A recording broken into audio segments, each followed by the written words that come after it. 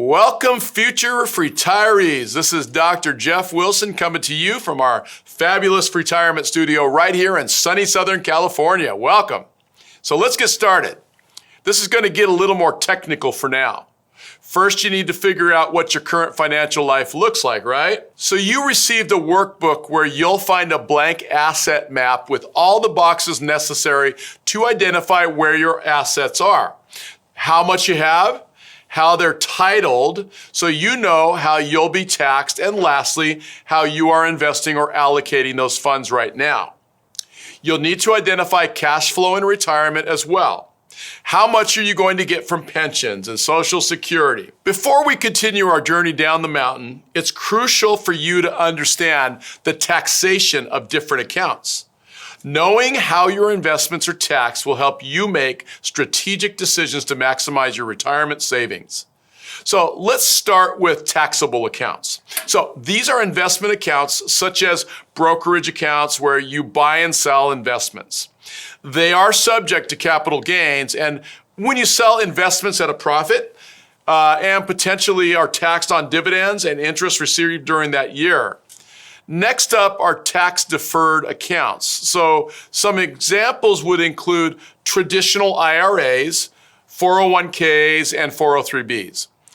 Contributions to these accounts are made with pre-tax money, reducing your taxable income in the present. However, taxes on investment growth are deferred until you make withdrawals in retirement. At that time, withdrawals are subject to ordinary income tax based on your tax bracket during retirement, which hopefully is a lower bracket than you had during your later part of your career. So lastly, we have tax-exempt accounts, Roth IRAs and Roth 401ks, along with certain life insurance plans like 7702 plans. They all fall into this category. Contributions to these accounts are made with after-tax money, meaning you don't get an immediate tax deduction. However, qualified withdrawals in retirement include any investment growth, are completely tax-free. So let's talk about liabilities. Liabilities represent financial obligations or debts that an individual or an entity owes to others. They are the legal responsibility, and you have to repay it, right? It's borrowed money. It could be on fulfilling a contractual obligation, but you got to pay it back. So there are short-term liabilities, and these are obligations that are due within a year or less. So some examples would include credit card balances, short-term loans, and unpaid bills or invoices. So on the other hand, there are long-term liabilities that we have to account for. Now, these are debts with a repayment period exceeding 1 year. So some common examples would include, mortgages, car loans, maybe student loans, and long-term business loans. So these obligations usually require regular installment payments over an extended period.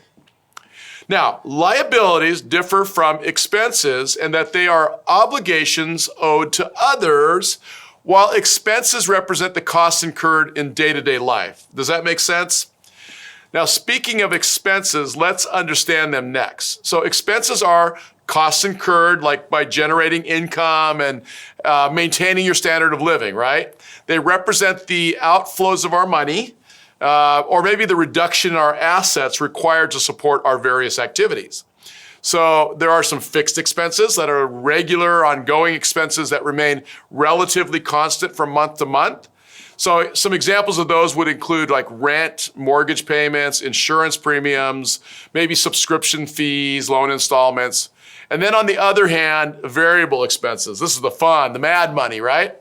And these fluctuate, and they can vary from month to month based on your consumption or your usage, right? So this would include things like groceries, utility bills, entertainment expenses, transportation costs, and discretionary spending. Speaking of discretionary expenses, these are non-essential, right? And they're related to personal choices we make or the lifestyle preferences that we have. They are often flexible and can be adjusted or reduced if needed. Examples include dining out, right? Vacations, hobbies, and maybe other luxury purchases.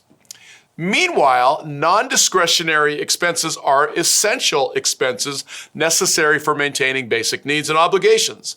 So examples of these would include groceries again, utilities, healthcare costs, maybe transportation for work, and maybe debt payments as well. So expenses are typically incurred regularly, and they're necessary to meet ongoing financial obligations, whereas liabilities are specific financial obligations owed to others, such as debts or contractual commitments, right?